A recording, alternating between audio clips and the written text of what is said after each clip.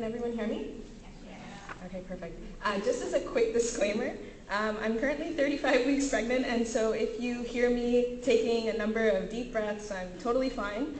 I'll also be reading from my notes because I feel like this brain fog of mine is not allowing me to sometimes remember some important details. So really excited to be with you here today and to be sharing findings from my master's thesis work, which was a huge factor in my reason for pursuing midwifery as a career.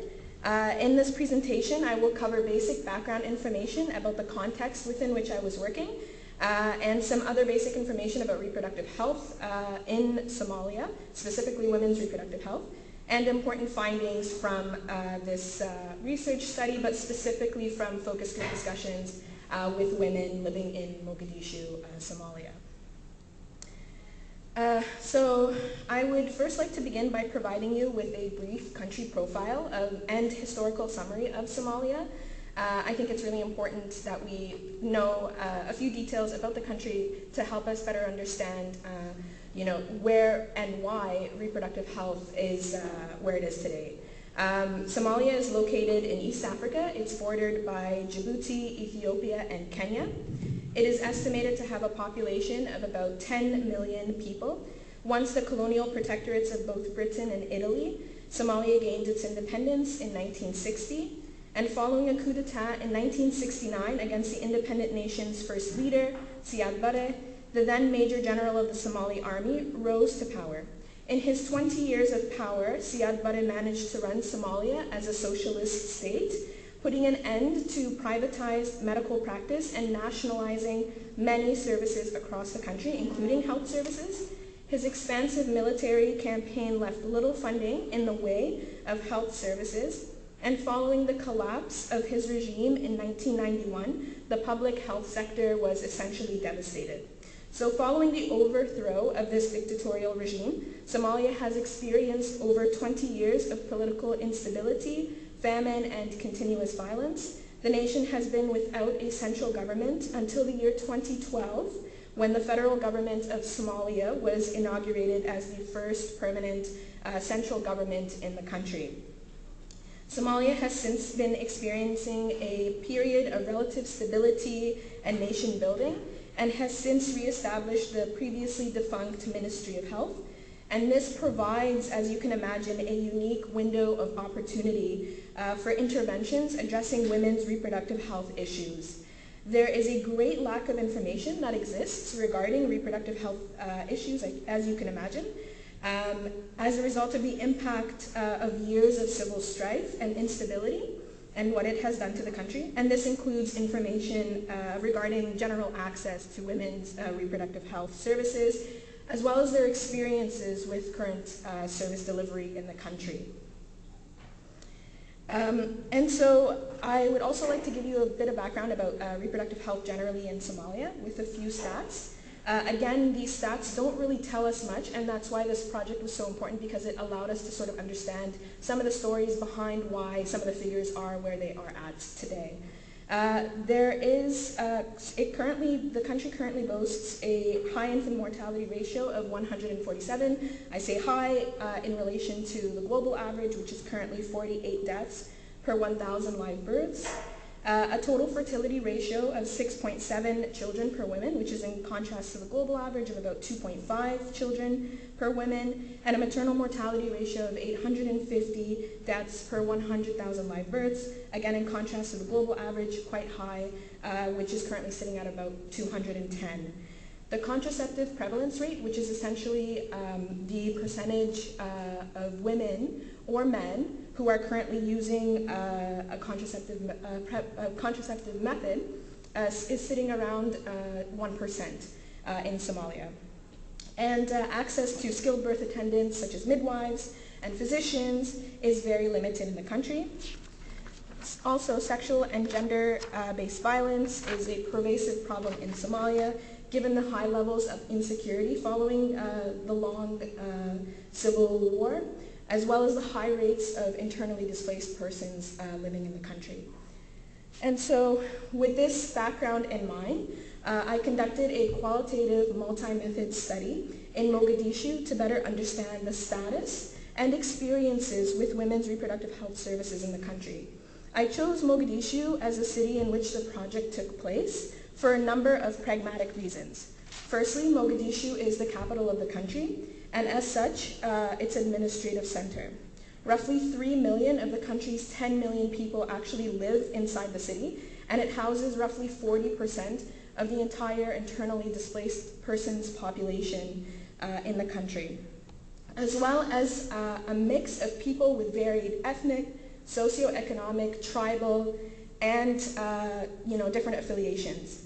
And so while my project as a master's thesis was very limited in scope, choosing Mogadishu enabled me to gain as diverse of a picture as possible for a study of this nature. So in this study, I conducted 10 interviews with key informants. So these ranged from individuals who were representing different government bodies, as well as non-governmental organizations and governmental organizations, which play a huge role in health service delivery in the country. 20 interviews with pharmacists, and 4 focus group discussions with women, with married and unmarried women, and we decided on sort of branching the groups out like this because marital status is such an important sort of, it's an important status in a country like this. And the findings from that I will be presenting today are coming directly from these focus group discussions that I had with women. In my discussions with women, I, along with my focus group discussion facilitator, was able to explore a wide range of experiences, individual and community awareness of reproductive health issues, social norms regarding contraception, abortion, and childbirth, and their opinions about priorities for improving services and programs throughout the country. And so one of the first sort of major findings that came out of this study was that knowledge of contraception is limited and misinformation is widespread. And as a quick note, I will be referring to contraception and family planning usually as birth spacing when talking about some of the experiences that women have had. Women in Somalia usually like or prefer the term birth spacing. It's a very, and I'll get into this a little bit more a bit later, but Somalia is a very pronatalist, or the culture in Somalia is very pronatalist. Both men and women usually like to have many children, and so using the term contraception or family planning it sort of made women feel like you were trying to limit or sort of control the number of births that they were having, whereas women really like the term birth spacing because it allowed them to still have as many births as possible, but the spacing was what was important to them, not the number of children that they were having. It was clear that some women were aware that methods like the birth control pill existed in Somalia. It's referred to as 21 in the country, and that condoms could also be purchased in pharmacies. So when thinking about a low contraceptive prevalence rate of about 1%, the first assumption many would probably make is that maybe there isn't any contraception available at all and people don't know at all about contraception, but this clearly wasn't the case because many women in the focus group discussions did know that there were some methods. Their knowledge of these methods was very limited though, obviously, and there was some lack of understanding about what those methods were used for or how they were used, etc. And so one really common example was when discussing condoms. Women unanimously regarded condoms with disdain and expressed the concern of the method's responsibility for the transmission of HIV. So thinking about HIV as a way, they would think about neighboring countries and their high rates of HIV and then associate that with condom use instead of actually thinking of condoms as a way to prevent HIV and other STIs and STDs. So in contrast, though, to these methods, women across all focus group discussions were aware of breastfeeding as a method of birth spacing. In fact, breastfeeding was the #1 discussed method of birth spacing amongst women. Most of the married women shared their experiences using breastfeeding as a means to space births, and 2 of our participants who worked as health programmers in the city spoke of their experiences paying home visits to women who had just given birth and sharing information with them about the effective ways of using breastfeeding as a ways to sort of space their births. It was clear, however, that while most women were aware of this essentially no-cost, generally accessible method, the constancy required presents a major barrier to a lot of women. Women in Mogadishu were commonly the family's breadwinners for a number of reasons, and many women discussed the challenge that breastfeeding a newborn sort of had when having to support the rest of the family. And this is illustrated best by the following quote: "When I go to work, the child won't get proper breast milk and the period will come. The woman will become pregnant. My child is 2 years old and now I am already pregnant and I need to go to work." So there is this really unfortunate conundrum that many women were facing as a result of having to pick between this super accessible method but then not really being able to utilize it because they had to work and provide for their families. And this may be a reminder for some. So this is the second major finding that came out of my study, but this may be a reminder for many in the room today. But as a general preface, outlawing abortion has little impact on the rates of women seeking an abortion. Rather, in countries where abortion is outlawed, abortion practices are generally unsafe. The numbers really don't fluctuate, they just become much more unsafe. Abortion in Somalia is severely legally restricted and considered a major cultural taboo. However, as previously mentioned, women in Somalia engage in a variety of unsafe or ineffective abortion practices. This information actually came out of discussions about contraceptive methods. So the first purpose of this study, my master's thesis project, was exploring access to emergency contraception. So the Plan B pill, for those who may not know, is a pill that is used post-coitally or after sex to prevent pregnancy. And because of the confusion that women would have, so we would discuss the Plan B pill and women would say, well, how can you prevent pregnancy after sex has already occurred? And would automatically assume that we were then talking about abortifacients. And so that's why there was a lot of discussion about, when asked, how is it possible, like what types of methods have you been able to secure in the past to be able to prevent a pregnancy after sex has already taken place? Women would talk about these abortifacients or different sort of self-induction practices. So women, in all our focus group discussions, were able to describe a number of ways to terminate a pregnancy: honey, oil, sheep's fat, anti-malarials, aspirin tablets, allergy medications, among a whole list of other sort of things, were all used as examples of items that were found around the home to terminate a pregnancy.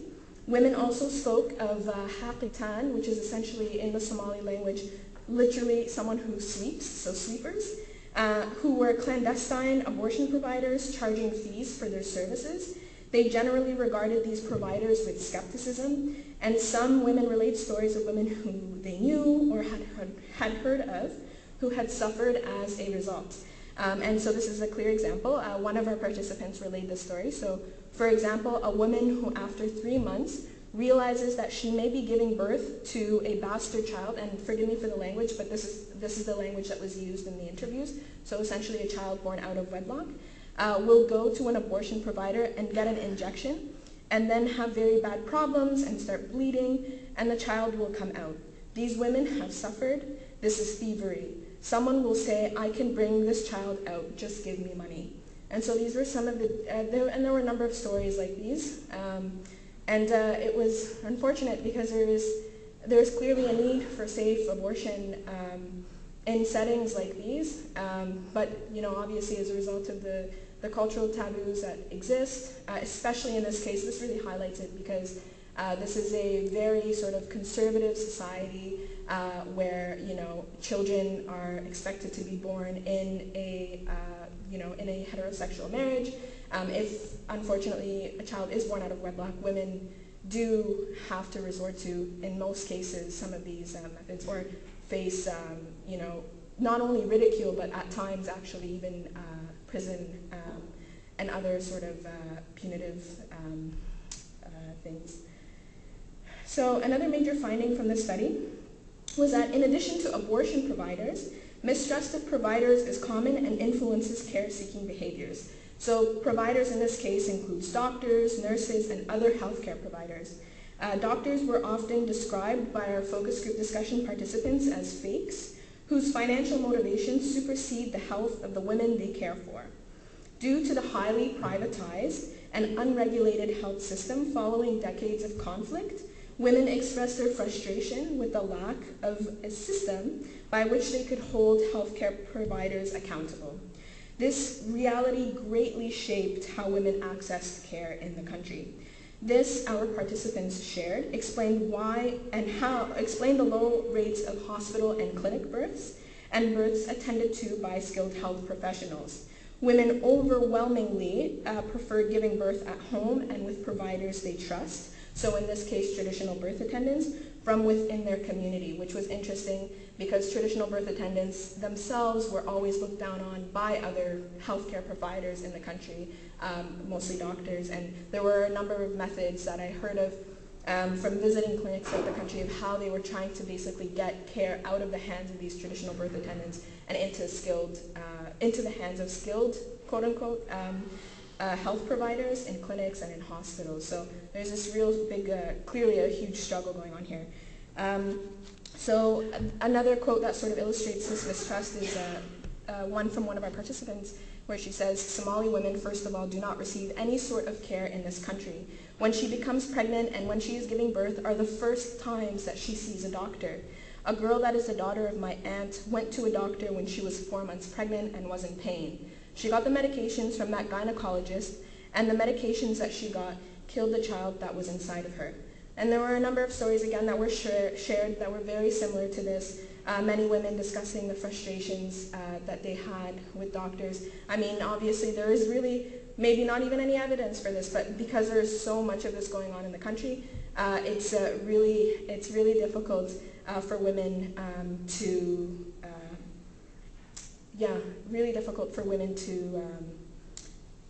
trust healthcare providers. And actually, an unfortunate statistic, more people in Somalia, even though we regard the country as a sort of insecure and unstable country, there are more people that die from counterfeit medications, for example, than bombs or guns and things like that, which typically make the news. And so the last major finding from this study is that there is clearly a need for culturally resonant reproductive health information and services, as illustrated by this quote. There needs to be a lot of awareness raising and education done. People need to be reached and to be talked to. It will not take 1 day or 2 days or a year for those people to understand. It will take a lot of time. Somalia is both culturally and religiously conservative. Our participants discussed the need for information on a wide range of reproductive health issues in the country, but highlighted the importance of directing the efforts at both men and women. Somalia is organized along patriarchal lines, and married women explained that many women require their husband's approval to adopt a method of contraception. This is the reality. Excluding men from awareness-raising campaigns regarding matters such as contraception can have dire consequences for women, as explained by one participant who said, "I have seen my neighbor who had 12 children. Her youngest child was a bit paralyzed, and she said she couldn't afford to have any other children, so she said she was going to go and get injected with the Depo-Provera shot. Her husband refused. She was stubborn, so she went and got injected anyway. So he divorced her, and she supports her children on her own now." And you can imagine in a country that doesn't have the same sorts of social supports that we would have for single mothers, for example, how challenging this would be for a woman to be left with 12 children in a country like this. Furthermore, women discussed the importance of future efforts being directed at married couples, as well as the importance of highlighting services like contraceptives as birth-spacing measures, not birth-restricting methods. There is a strong pronatalist tradition in Somalia, and large numbers of children are viewed as a source of socio-cultural prosperity. And so a number of recommendations came out of the study from the women themselves, which is really exciting. Just to touch on this quickly, I mean, obviously awareness-raising campaigns are unlikely to address a number of other dynamics that have resulted in a low contraceptive prevalence rate, and as women clearly discuss, some methods may not even be culturally acceptable, like condoms, for example. So we need to think about some of these methods that would be acceptable for women and then allow them to have access to those. Reproductive health programs, women clearly express, must consider safety, cost, service quality, and cultural relevance. And the fact that the Somali Reproductive Health National Strategy and Action Plan, which was enacted in 2010 during the years of the transitional federal government, clearly signal that reproductive health is somewhere on the national agenda. So this is obviously very, very big news. Just to quickly touch on some of my limitations, obviously it's a qualitative study. My results are not generalizable to other parts of the country. And there was obviously the Mogadishu limit. I mean, I wish I could have done, the study in Hargeisa, in Bosaso, in Kismayo, in all of the different cities throughout the country. But considering this is a master's thesis project and, my limited resources, unfortunately, I was not able to. Of course, there are a number of restrictive laws, policies. There's a great deal of misinformation and mistrust and high costs. And all of these, among a list of others, shape women's experiences. Women's perspectives have to be incorporated if we are going to have any chance at improving reproductive health services, not only in Somalia, but throughout the world. And women's reproductive health merits a place on the national agenda. Countries like Somalia emerging from conflict often place minimal attention on reproductive health needs of their women, although studies time and time again continue to prove how important improving the standard of women's reproductive health is to the health of families, communities, entire nations, but also to the stability and the security of rebuilding entire nations as well. Access to reproductive health services like skilled reproductive health professionals, such as midwives, are at the very front line of this important work, especially in crisis, conflict, and post-conflict settings, which is why I'm so honored to be a part of such an important, compassionate, and necessary field. So thank you all so much for listening to that.